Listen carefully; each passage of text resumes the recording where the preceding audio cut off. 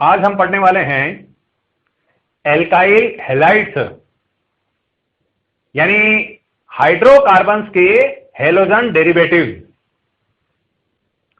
Alkyl halides पढ़ने के लिए सबसे पहले हम पढ़ेंगे न्यूक्लियोफिलिक सब्स्टिट्यूशन रिएक्शन यानी नाभिक स्नेही प्रतिस्थापन अभिक्रिया।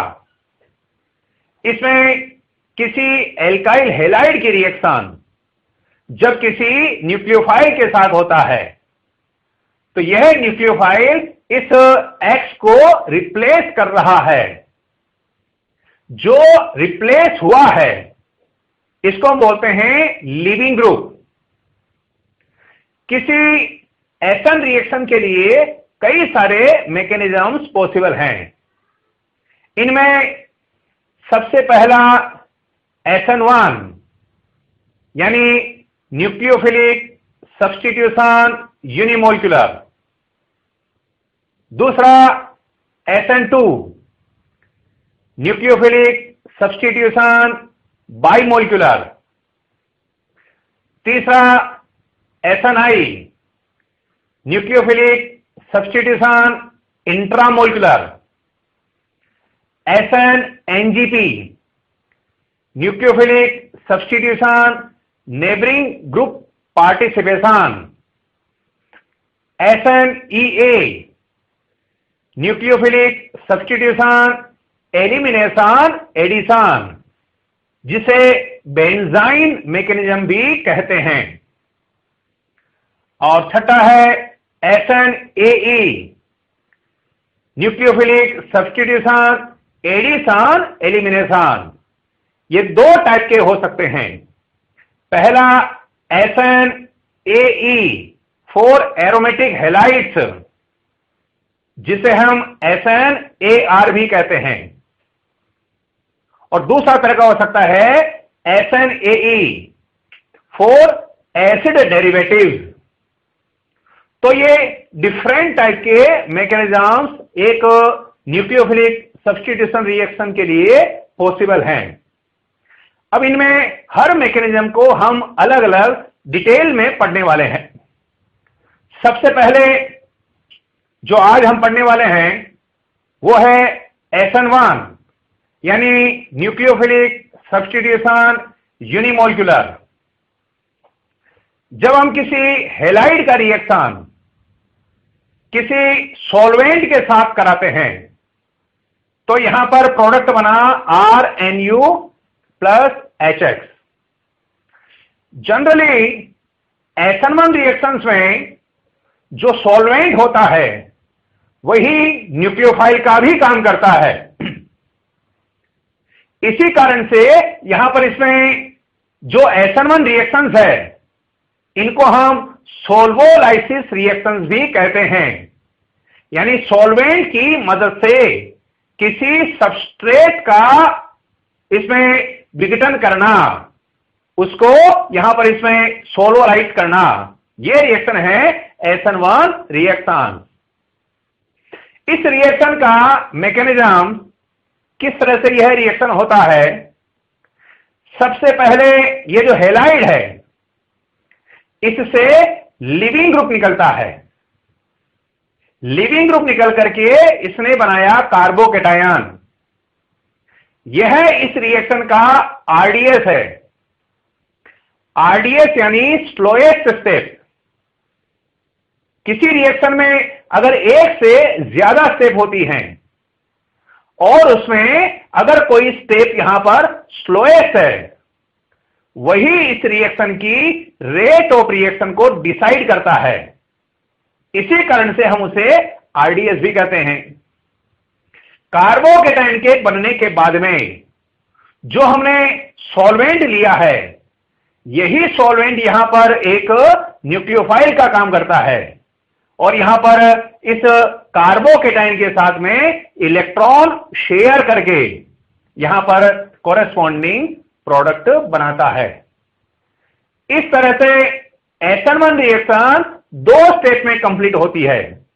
पहली स्टेप में कार्बोकेटायन बनता है और दूसरी स्टेप में कार्बोकेटाइन के साथ में जो सॉल्वेंट मॉलिक्यूल है उसका रिएक्शन। ये स्टेप फास्ट होता है। और फास्ट होने का कारण क्या है?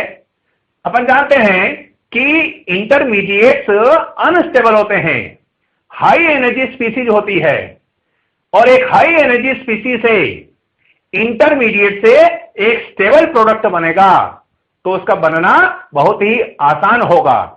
इसी कारण से यह इस रिएक्शन का फास्ट स्टेप है।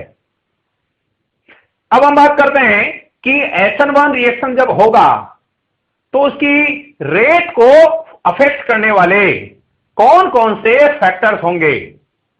इसके लिए हम क्या देखें? इस रिएक्शन के RDS को देखें, स्लोएस्ट स्टेप को देखें, इसमें क्या क्या हो रहा है, कौन कौन यहां पर इन्वॉल्व हैं, उसके बेस पर हम यहां पर रिएक्टिविटी ऑर्डर को अफेक्ट करने वाले फैक्टर्स निकाल सकते हैं। RDS में केवल सबस्ट्रेट इन्वॉल्व है, न्यूक्लियोफाइल का यहां पर कोई भी रोल नहीं है। इसी कारण से केवल यहां पर Rx की कंसंट्रेशन पर रेट ऑफ रिएक्शन डिपेंड करता है, न्यूक्लियोफाइल की कंसंट्रेशन पर रेट ऑफ रिएक्शन डिपेंड नहीं करता है। दूसरा, RDS में यहां से लीविंग ग्रुप निकल रहा है, और हम जानते हैं जितना अच्छा लीविंग ग्रुप होगा यहां से इसका हटना उतना ही आसान होगा। इसी कारण से लीविंग ग्रुप एबिलिटी ज्यादा होने पर रेट ऑफ रिएक्शन ज्यादा होगा, इसलिए लिखा है directly proportional to leaving group ability of X। तीसरा फैक्टर यहां पर स्टेबिलिटी ऑफ कार्बोकेटायन। RDS में कार्बोकेटायन बन रहा है, जनरली अगर स्टेबल कार्बोकेटायन बन रहा है तो उसका बनना भी आसान होगा, इसीलिए यहां पर स्टेबिलिटी ऑफ कार्बोकेटायन के डायरेक्टली प्रोपोर्शनल। चौथा, यहां पर इसमें polar protic character of solvent. RDS में आयंस बन रहे हैं R+ X-, किसी भी हेलाइड का पोलर प्रोटिक सॉल्वेंट में डिसोसिएशन ज्यादा आसानी से होगा। जो आयंस बनेंगे, इन आयंस का पोलर प्रोटिक सॉल्वेंट सॉल्वेशन कर देगा, इस कारण से उनका बनना आसान होगा। इसलिए सॉल्वेंट में पोलर प्रोटिक कैरेक्टर जब ज्यादा होते हैं तो SN1 रिएक्शन आसानी से हो जाएगा। अब जब अभी SN1 रिएक्शन हो रहा है तो हमें कौन कौन सी बातों का ध्यान रखना है प्रोडक्ट बनाने के लिए, रिएक्शन की कैरेक्टरिस्टिक्स क्या हैं, वो हम यहां पर डिस्कस करेंगे।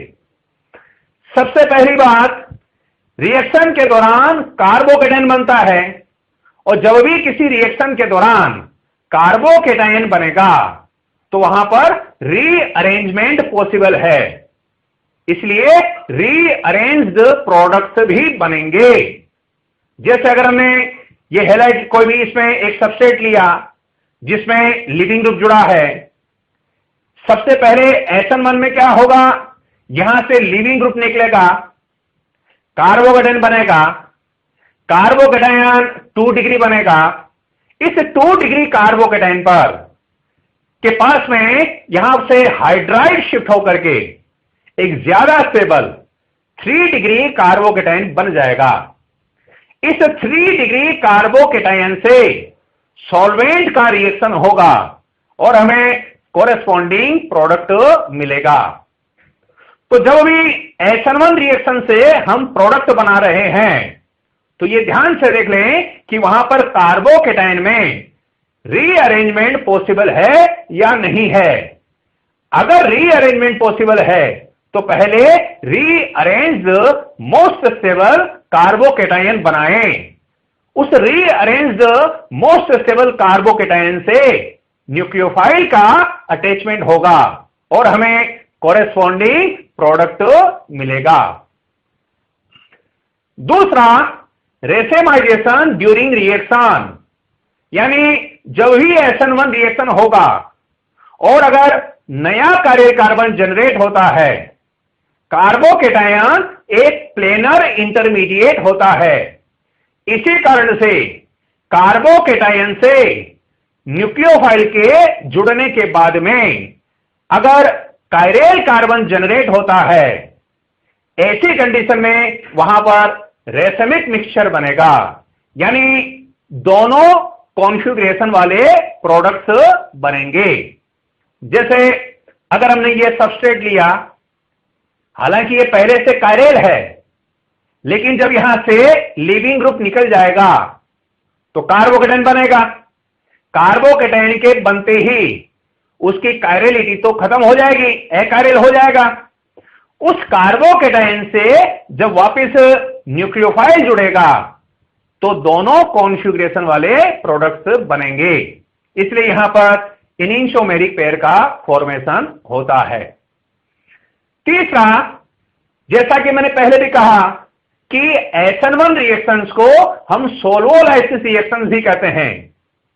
जनरली सॉल्वेंट मॉलिक्यूल ही एक न्यूक्लियोफाइल का भी काम करेगा। अगर हमने सॉल्वेंट वाटर लिया है तो हम रिएक्शन को हाइड्रोलाइसिस रिएक्शन भी कहते हैं। जैसे अगर आपने RH लिया तो यहां पर ROH बन गया, कार्बोकेटायन बनेगा। उस कार्बोकेटायन से न्यूक्लियोफाइल H2O का रिएक्शन होगा और हमें कोरेस्पॉन्डिंग एल्कोहल मिलेगा। अगर हमने सॉल्वेंट एल्कोहल लिया है, ऐसी कंडीशन में हम रिएक्शन को एल्कोहोलाइसिस भी कहते हैं। यहां पर भी पहले कार्बोकेटायन बनेगा और एल्कोहल मॉलिक्यूल उसके साथ में रिएक्शन करेगा और हमें ईथर यहां पर मिलेगा। अगर हम एसिटिक एसिड लेते हैं तो रिएक्शन को एसिटोलाइसिस कहते हैं। इस तरह से हम SN1 रिएक्शंस को सोलोलाइसिस रिएक्शंस भी कहते हैं।